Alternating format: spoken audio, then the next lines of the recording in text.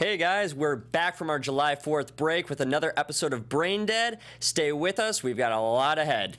You're tuning into the destination for TV superfan discussion, AFTERBUZZ TV. And now, let the buzz begin. Hey guys, welcome to episode 4 of the CBS series BrainDead. We are back after a July 4th break. It's good to be back. It was a nice little vacation. I hope you guys enjoyed your 4th of July. We got episode 4 for you. Wake Up Grassroots, the 9 virtues of participatory democracy and how we can keep America great by encouraging an informed electorate. Say that 3 times fast. Please and thank you. So yeah, it was an interesting episode, a lot of developments. So this is it's an exciting night for us. So I am Kevin Ellis. You can find me on Twitter at @TheKevinEllis or on Instagram at KevinEllis25. And I am joined by Courtney Henderson. Courtney. That's me. You can find me on Instagram or Twitter at Cohen, Couchen. And the lovely. I'm, of course, Lacretia Lyon, guys, and you can always find me at LACRETIALYON anywhere on the internet since there is only one. All right. Well, one of the most exciting developments is that our love triangle has officially arrived on this show. Did we think that it was actually going to come this early? I did not, but I did expect his infection. See, I didn't expect that. Yeah. I would say I expected the romance more than the infection. I would agree with Courtney. And I would have said I'm not surprised to see this episode. I was surprised to see it right out the gate. Like there was no foreplay, introduction, whatever you will, to them. They're just in the bar. I thought they were working until she gets up to the bar with Gareth, who of course is also there. On a date. Of course. But I felt like his date wasn't really a date. It was like a work date. I mean, You still had sex with her, but... Which I feel like it's more of a work date. I don't think he really, sleeps around with people he actually has feelings for. He doesn't seem like that kind of guy. No. I wouldn't think so. Not that he's that makes him sound like a horrible person. I meant that as a nice thing. I just think that what was surprising to me was how we just got from episode 3, where there was this romance that was budding between Gareth and Laurel, and we were very excited as viewers to see that these two characters, the two shining, glimmering lights in what is a very dysfunctional Washington D.C. in this show, kind of find one another, and for it to kind of lessen in a way just so suddenly. I was a little disappointed. I don't feel like their storyline is any fainter or has faded at all. I sort of feel like this episode they're showing him kind of business as usual. What he was like before he met her. Obviously that bar is his place. He took Laurel there. He did not expect her to show up there or to be there. So I think it's kind of like his place. And so I think this thing with the reporter is something that he probably does somewhat regularly. Maybe not taking him home or going home with them often, but I just sort of felt like you're kind of getting a little glimpse at life before Laurel. Was kind of my take on it. Yeah, I would agree with that because I feel like Gareth probably hasn't really liked someone in a long time, so that's why he hangs around someone like Misty, who's comfortable. And while he likes her, it's more tends to be as we say, sort of friends with benefits is what it came off as, not like he feels about Laurel. And I don't think she, the reporter, I didn't catch her name. Misty. Misty. Okay, thank you. I didn't get the impression Misty thought it was anything different than Gareth. I don't think she felt like so. I think this is almost like their normal Thursday night or whatever. Sure. They have somewhat of an arrangement. They help each other in business professionally when they can, and then they kind of get a little side perk. That's sort of what it felt like to me. Yeah. And so I think it kind of threw him off when Laurel was there, and it was a date. I didn't think it was a date, but they get up to the counter and they're ordering the drinks and the whole thing. Yeah. And she doesn't say, "Oh, I'm just here working." So I was like, "Oh, it's a date. It is a date." Whoops. And what surprised me was that there was no mention whatsoever of a thank you to the previous episode because in many ways Anthony got her out of that situation with the FBI interrogation. Oh, yeah. And that was one thing I was looking for is, thanks again for bailing me out, because they hadn't had an interaction since then, so I just figured, okay, this is possibly why they're meeting. It's not just a sole date. But I think we're led to believe that it was just a flat-out date. Let's just pretend that she said thank you, he said that. Well, no, I mean, and he said, well, if you really want to say thank you, that sounds sleazy, but like If you go really out wanna and say say thank thank you, you. I'll take it. But, you know what I mean? But that conversation is what led to the date.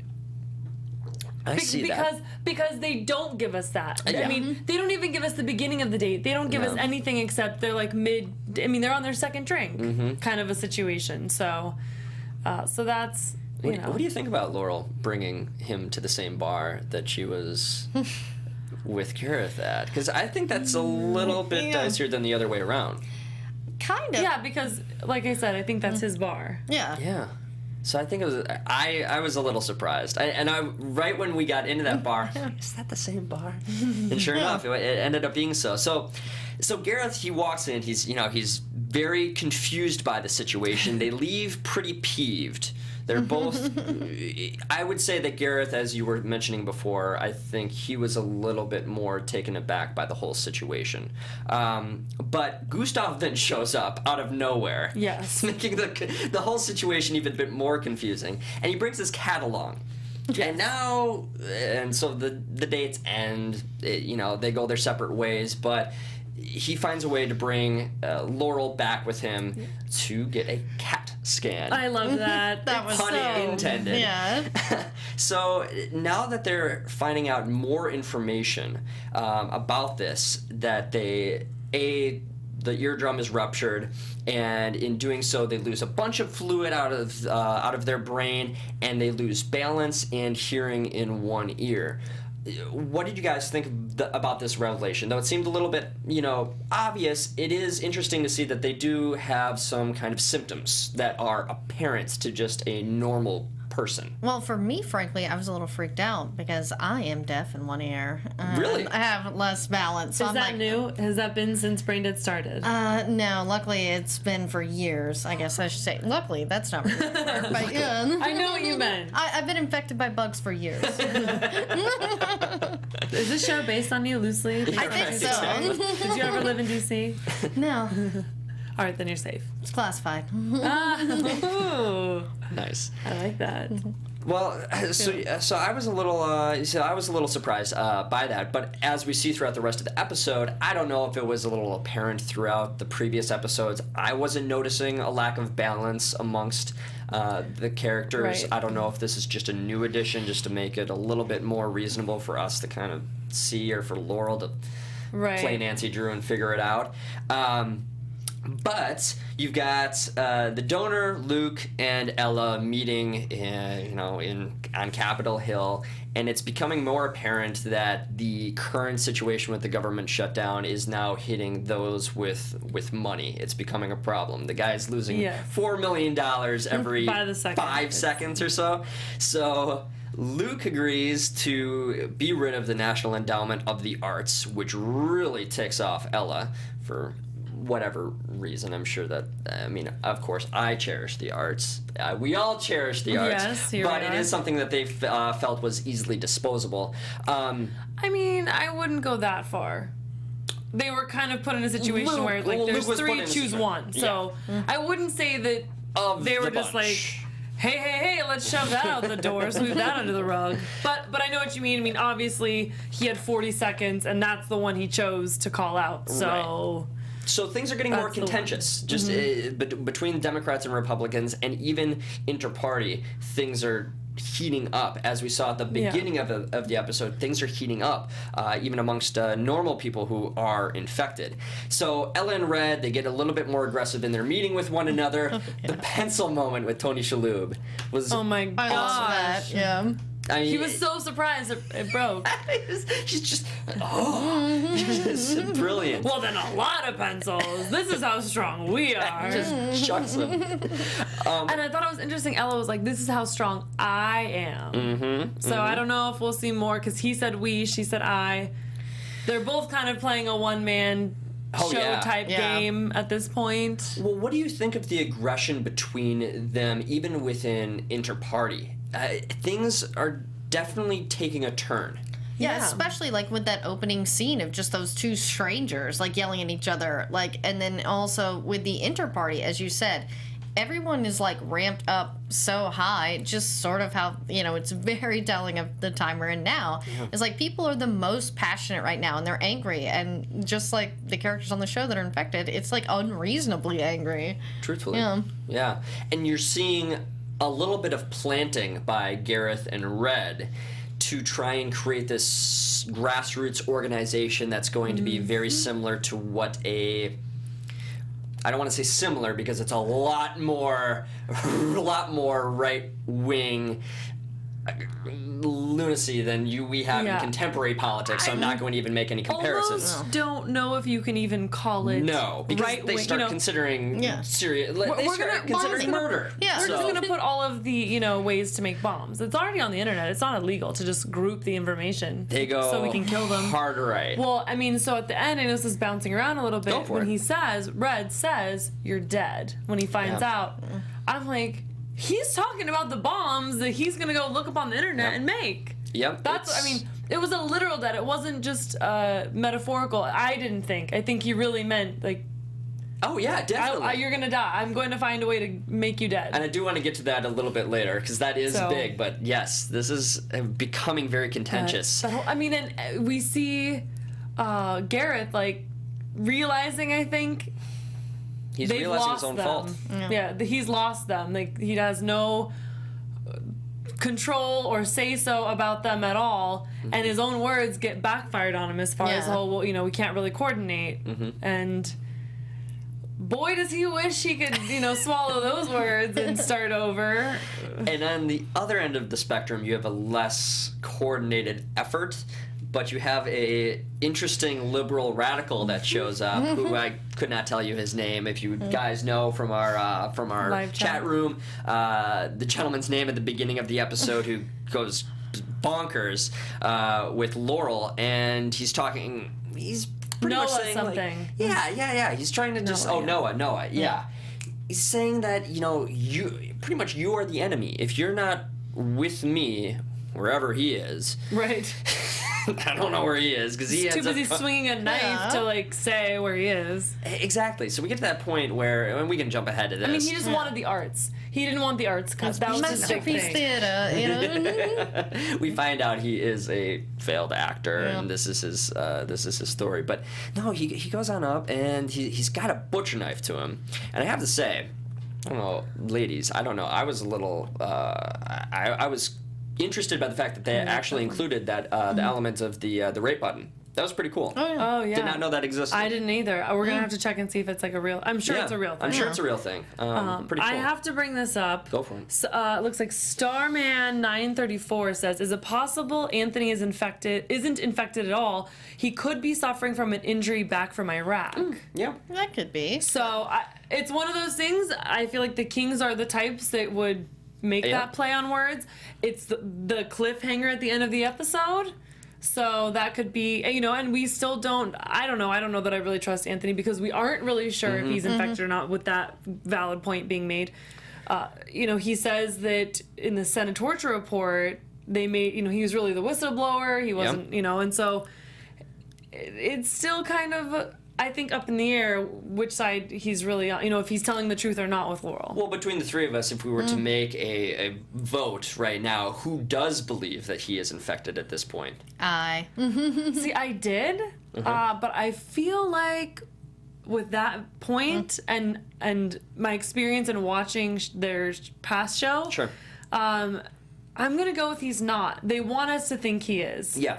And Laurel's gonna miss something else because she's trying to focus in on whether he's infected or not. See, that's a good point. Yeah. I just didn't think that he was infected. I think that it was just a just a throw in with the ear. Personally, I'm not seeing characteristics from him that are showing that he's been infected. So then that would almost mean she might. You know what I mean? Possible. I mean, I guess in the timing that he was infected. Is that what you're considering? Yes, because there was not. She had no other sign until the deafness in the morning. In the moment. You know what I mean? Except for, to me, where I thought he might be infected was when he was at the site where Abby jumped off after meeting him and him wanting to interrogate her and get a CAT scan, is when he said Stacy told him that she was depressed.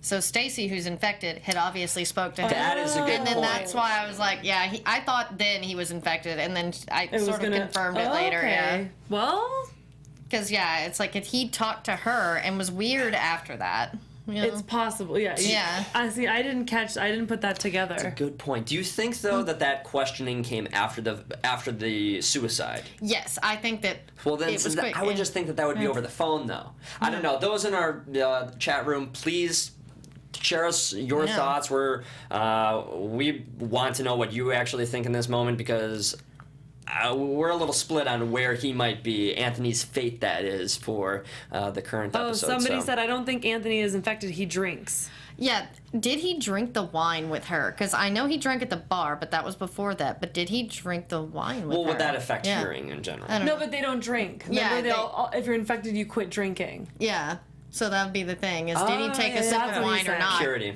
Yeah. Yeah. But you kind of were bringing up a good point in that Laurel did happen to fall asleep on the couch while he did stay in the bed, which is typically a place where they get you. do get you.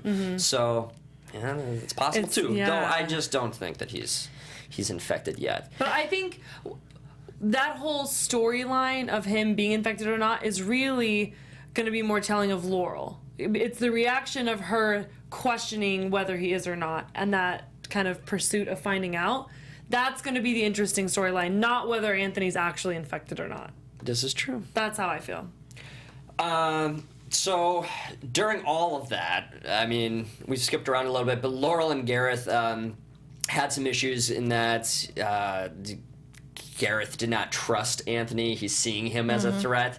Again, this love triangle, it's bringing a little bit more added drama.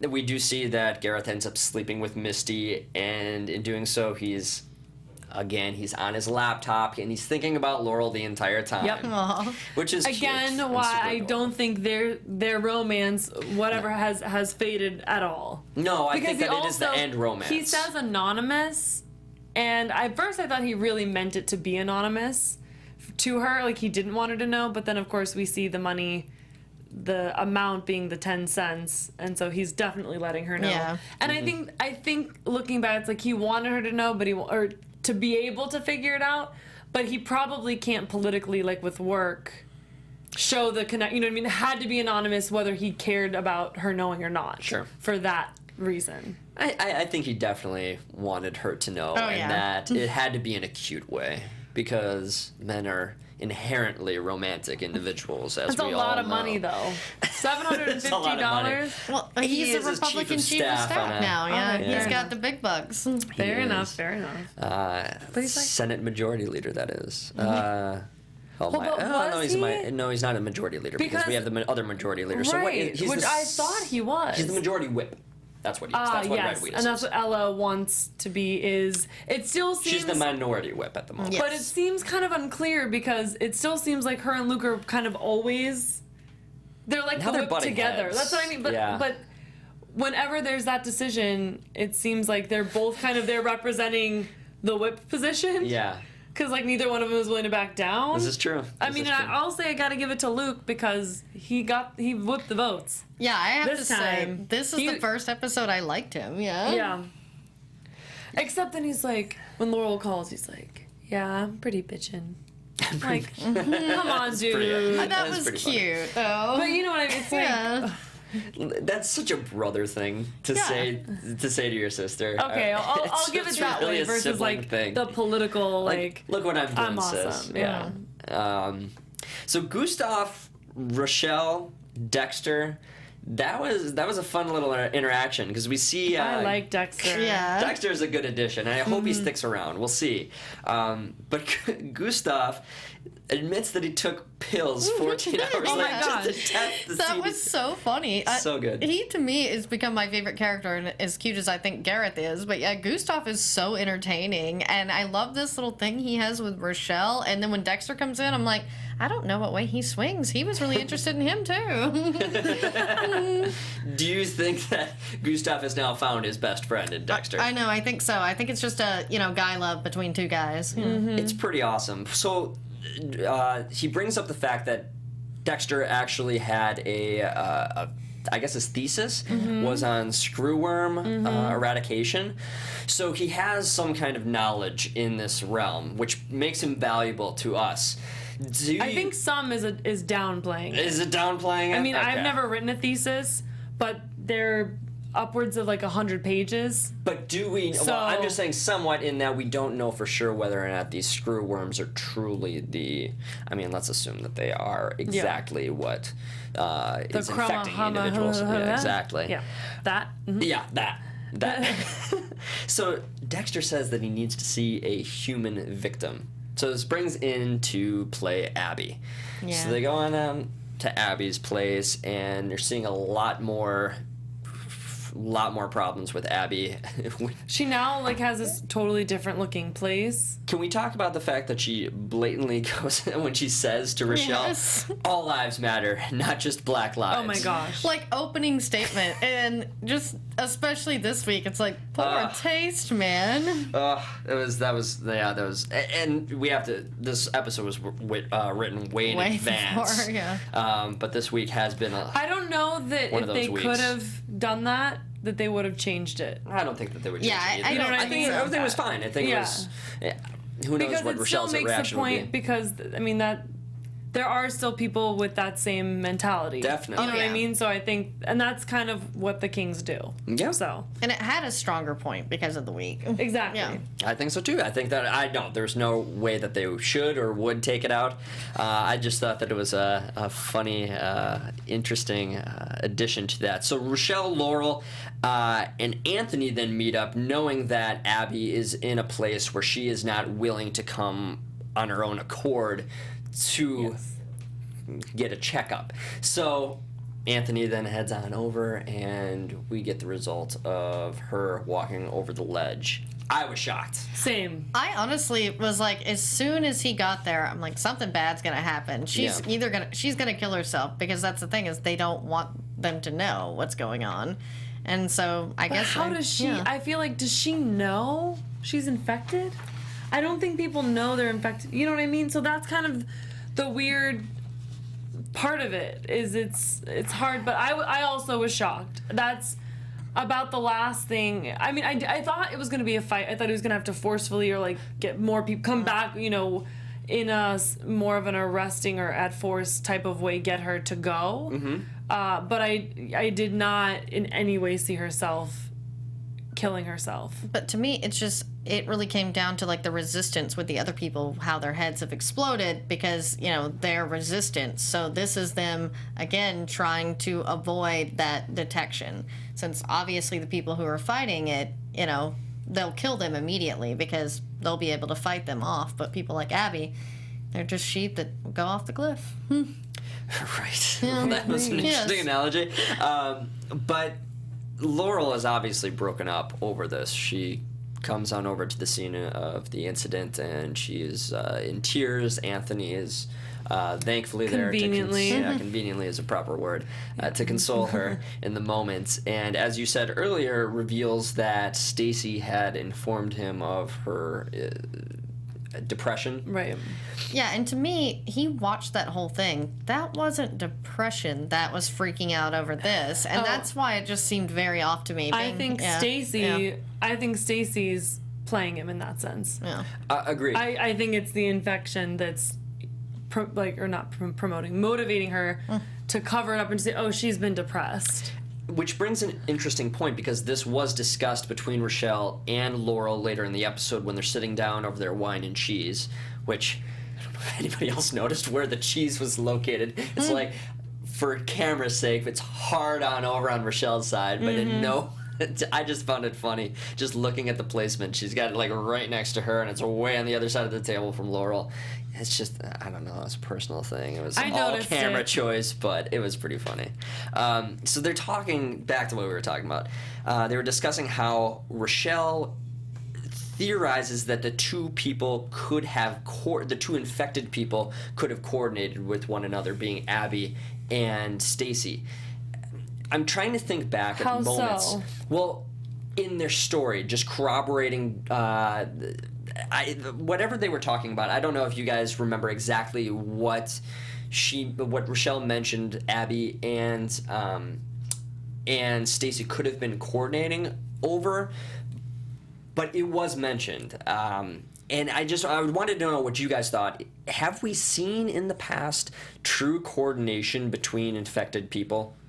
Like yes, Ella and Scarlet. Yeah, that's what I was gonna say. Is Scarlet definitely starts working around. You see that she seems to be the little worker bee coordinating all this, because I mean, you've also seen her talking to other infected people. Right. Yeah. Trying to infect. Okay. That is probably the only one I can say I've seen. Yeah, I can't think of any other moment, but you're right. Yeah, Scarlet's the one. I mean, even tonight when she texts her about the vote. Yeah. So that is interesting. As soon as you saw her, you see Scarlet, see it on the vote on the television, my brain, I knew exactly what she was going to do, what exactly happened. The thing that I was a little disappointed was that Ella saw it. I mean, I've never been on live TV, believe it or not, like national debate, show. So I don't know if you have your phone sitting on your desk when you're doing something like that. I kind of feel like you don't. I feel like your publicist or your manager or somebody has it off stage. Exactly, yeah. And they'd cut to break and then pull you out. You know what I mean? I think it was a little unrealistic. So that part of it, I really wanted them to just not have any clue. And even Misty to like bring it live with them on air. That would have been great. You know what I mean? I think that the text was a little out there, but it might have been for the sole purpose of Scarlet showing additional coordination, possibly. Yeah, showing that connection or what's the word I'm looking for? Loyalty or yeah. Whatever. So that could have been the purpose, but no, I see where you're coming from. But that, because it's just the obvious thing to have. She sends a text. Oh, Ella sees the text. It just seems. Yeah, too obvious for me. So before we get to the vote, the Senate Majority Leader is showing that he wants to come on over to the other side, find some kind of solution to where they can end this government shutdown. So sequestration is the solution, and they need to get what happens? It's 10% cuts after 6 months or something like that if no deal is made. So they need to get some kind of vote on the floor. So they get 3 guys. Yep. They get 3 lone wolves to go on over and get a majority vote. And I guess you only need 3 votes for a unanimous consent vote. I haven't looked at parliamentary procedure at all on this yet. We haven't had much time to look it up, but I'm so sure curious. It's true. I'm sure it is. Right. Just knowing the way the King's write, and I mean how relevant and on it they are, I would be shocked that they would sloppily make up a law like that. Exactly. Like I'm sure Code 264 is the actual code for that. You know what I mean? So right. Fascinating. I wonder if you need 2 sides of. I wonder what it actually does take. If you actually do need leaders of the party, because it was the Senate Majority Leader on one side of the aisle, and then you did have the Minority Whip. Even though Ella is Ella or is Luke currently in the position? Like technically speaking, I don't know. I don't know. Yeah, I think that it's still Luke as of now because Ella's just challenging him. But I may be wrong. Can someone confirm? Yeah, I know she room. challenged him. But and I thought it switched. I mean, I thought her challenging him was basically her taking, but we've never seen a vote like truly putting Ella in the position. Yeah, I don't think that they have had a vote on the matter to and then they truly both make him always step down. show up. Right. So I don't know if but I would imagine that Luke probably wouldn't show up as much, or Ella would not allow him to show up if he wasn't the whip. If she, if she was fully in control there. I don't know. Yeah, though. because I distinctly remember in the last episode that it was, when his affair came out with Scarlett, that you thought he was going to lose it, but then Laurel smooths it over, and I think, doesn't he win? Yeah. Yeah. Oh, that's right. That's right. Yeah. Because it seems like we kind of talked about how Ella found, probably in that meeting, some bigger purpose. Exactly. Kind of like, okay, my agenda has kind of shifted. So that, yes. It's been a couple of weeks. I know. I was like, luckily I just watched it today. So. No, that's good. That's good memory. So we got Luke, the majority leader, and then Senator Jim, a very lethargic gentleman who's in a wheelchair and falling asleep throughout. So Luke moves forward with another method of parliamentary procedure in that they have a 15-minute roll call. So an intercom goes throughout the Capitol, and a bunch of senators come on in, and they start voting, and it wins 53-29. The government shutdown ends. Ironically, Ella and Red can't make it because of the government shutdown. So good. That was great acting by Tony Shalhoub. Yeah. I really love his character. Yeah, Red really Wheatus is definitely a funny character. I'm enjoying it so much because it's so ridiculous and just so much like other people. Do you think then that Red is truly coming for Luke in the coming episodes? I mean, he did say, you're dead, like very definitively. And again, this was like the first time I really liked Luke, was like all of his tactics this episode. And I'm you like, almost forgot he cheated on his wife. Yeah, his pregnant wife. He's the worst. Almost. Didn't forget that. But you have an interesting, you have a couple of interesting things going on in that the one-wayers now are gaining a little bit of steam in that because of Gareth and Misty. Like, he totally, it's kind of a prediction. I'll save it. But no, we're getting towards the end. Go for it. I thought it was interesting because I think he really thought he was doing the right thing because of who he is in helping create this group that they could control. So I think he kind of felt like, okay, I can sort of funnel and filter as best I can the ideals and things, so it's not going to be anything outlandish or anything that I feel like is totally shady or corrupt. Little does he know it's going to be completely out of his hands very quickly. Basically in the first meeting after they've dubbed their kind of one-way founder. And I think it's like lost to the wolves at this point. I think he's going to end up fighting them more than being with them. And I think, so my prediction is that there's going to become some tension between him and Red. Because Red is going to, I think, side with the one-wayers. And that's going to cause some friction between him and Gareth, because Gareth is obviously like, you can't build bombs and kill the Democrats. Right. Like, what do you mean defend the country against two people? Just the Democrats, the taxpayers and naysayers. Is that what they said? Like, these are very just kind of like thrown out there, somewhat subjective type. These ideas are supported by Red, and as you said, it is a fair prediction to think that he is going to end up leading this cause. And it is interesting to look at the creation of the Tea Party over the last several years and how some of the politicians lost control of the message, and some of these people who ended up gaining this power rolled with it and gained more power than they really expected them to. This hard right-wing caucus ended up getting more power, and now is the House Freedom Caucus. And it's now holding up a lot of legislation in our current House. So it is interesting to see how they work that into this series as well. And I think it probably happens a lot in politics where a group of people, I mean, even Luke and the majority leader saying, getting together and making this shutdown stop, their intentions are good, but it very easily could have gone awry had Ella and Red been able to get there, to where they've got the best of intentions, so I'm sure like the Tea Party, and with the one-wayers, Gareth had the best intentions of being able to put out a very controlled, clear message that was good and for the greater good, and that is not at all what we're seeing happen. No, not So. at all. So we end with that very theme, and that Red is coming after Luke. We don't know where Ella stands, but she's obviously ticked off She's by not this happy. as well. Yeah. We get to the final scene where you do have the kiss between the two, Laurel and Anthony. Yep. I liked the kiss. I did not like that he spent the night. Okay.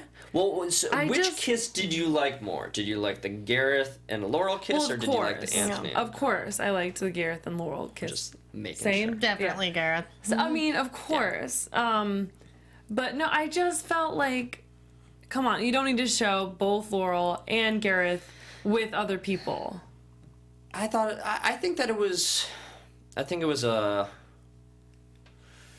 Yeah, it was a push because it didn't need to happen that way, and I think there was a little. It was too coincidental that they showed up in the same bar and that they both had dates, even though They one weren't was even not really interested. dates. Yeah. You know what I mean?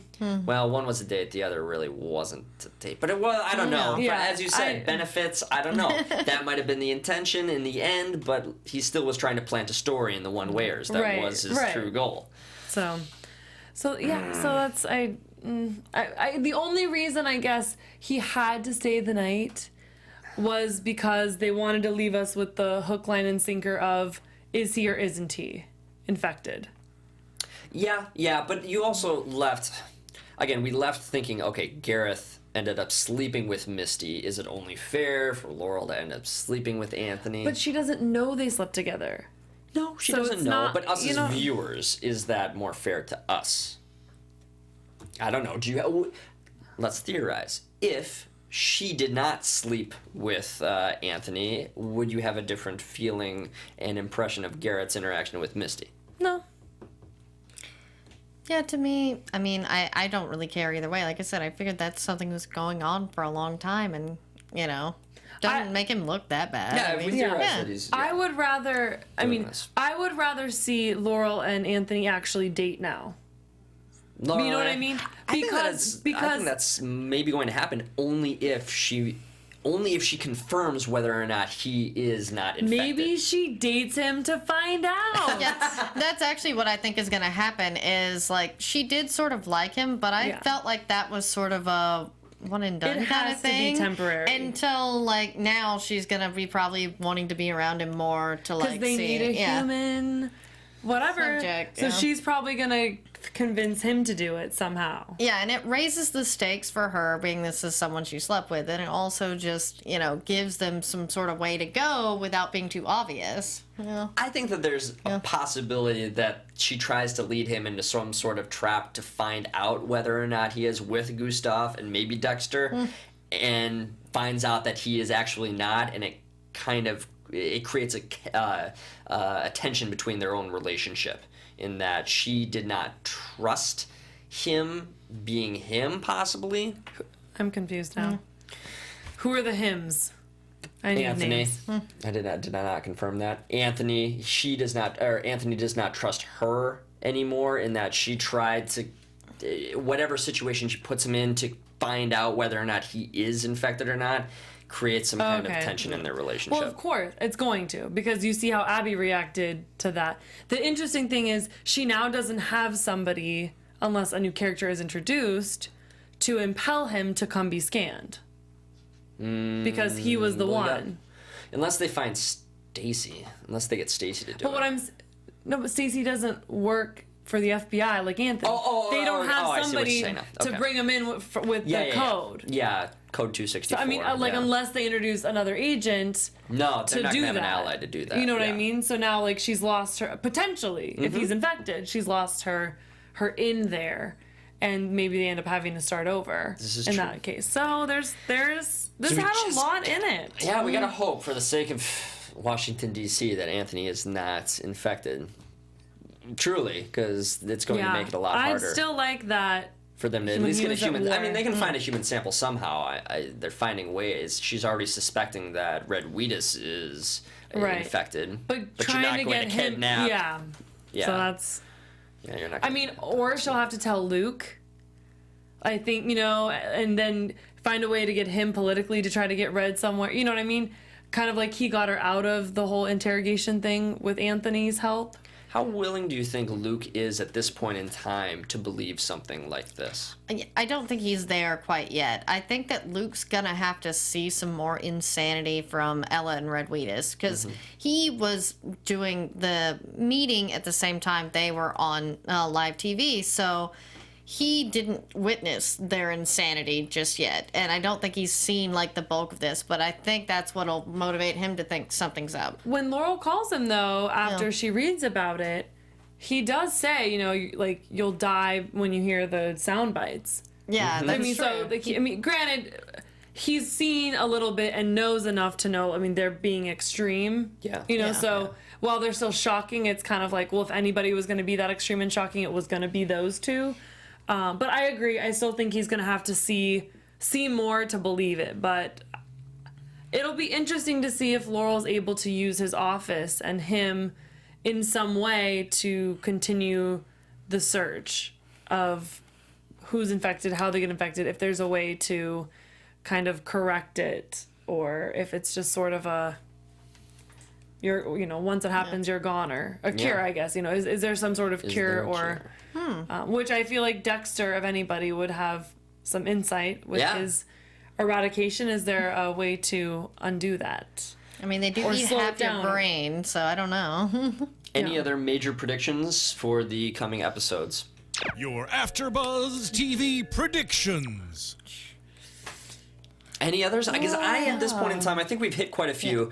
I do think that in the next couple of episodes, Red is going to make a move that does reveal him truly as being infected to Laurel. I think she obviously suspects based on the symptoms, but I think that there's going to be something more apparent in his rhetoric and what he's doing that she might, as we kind of mentioned, bring Luke on board with this concept. Or does she bring in Gareth? Does she try to test the waters? You know, kind of like throw him a bone and see if he like goes for it, as far as if he would believe, if she could really tell him the whole story. I like that. Well, in the previews, it does show her saying, you know, people are being infected by bugs in their brain. But is she saying it tongue-in-cheek to see what he thinks? Or is it like, hey, you know... Because I think he's starting to suspect something's up with Red, too. Right. Oh, and, definitely. and I think that's going to come out with the whole one where is when he's like, this is crazy, they want to build bombs, and he's going to be like, why is that crazy? Let's fund a warehouse for them to build the bombs. You know, like I could, and he's going to, you know, Garrett's going to be like, what do you mean let's get a warehouse to fund the bombs, you know? Exactly. That's So gonna be- I definitely, my prediction would be that she does say something to Gareth more tongue-in-cheek to feel it out. Okay. I like And this. at some point, she has to just trust herself and trust him that he's gonna like give her the benefit of the doubt and like hear the whole thing out and believe her, which I feel like they did in this episode also build a little bit of that trust, because he came and told her about the majority leader and Red getting in the fight, and he was like, it's up to you if you want to trust me or not. But he gave her that, and she did end up trusting, and it really worked out in their favor. So I've got one. I think that there's a possibility that Gustav, being slightly socially awkward, could see somebody who he believes to be infected, Oh my who is not gosh. infected at all, but he ends up capturing that person. I don't want to say in prison, because then it goes down a darker path, but let's just say he puts them in a situation where He impels them. there we go. And there could be some kind of ramifications, but I think that would be pretty funny. Yep, I could totally see that. Yeah. I could totally see that. Well, it was a great episode 4. We've got episode 5 next week. A lot to look forward to. A lot of things happen this week. I am your host, Kevin Ellis. You can find me on Twitter at @TheKevinEllis or on Instagram at KevinEllis25. You can find me on Instagram or Twitter at Cohen, Couhen. And I'm Lacretia Lyon, so you can find me anywhere at LACRETIALYON, since there is only one. Thank you to Starman, Shireen, Renji, those who commented in our chat room. We always appreciate our live viewers and those who are able to comment in our section. Always know that you can find us on iTunes, SoundCloud, YouTube throughout the week. We will see you next Monday. I am Kevin Ellis. Good night. From executive producers Maria Menounos, Kevin Undergaro, Phil Svitek, and the entire AfterBuzz TV staff, we would like to thank you for listening to the AfterBuzz TV network. To watch or listen to other after shows and post comments or questions, be sure to visit AfterBuzzTV.com. I'm Sir Richard Wentworth, and this has been a presentation of AfterBuzz TV. Buzz you later. The views expressed herein are those of the hosts only and do not necessarily reflect the views of AfterBuzz TV or its owners or principals.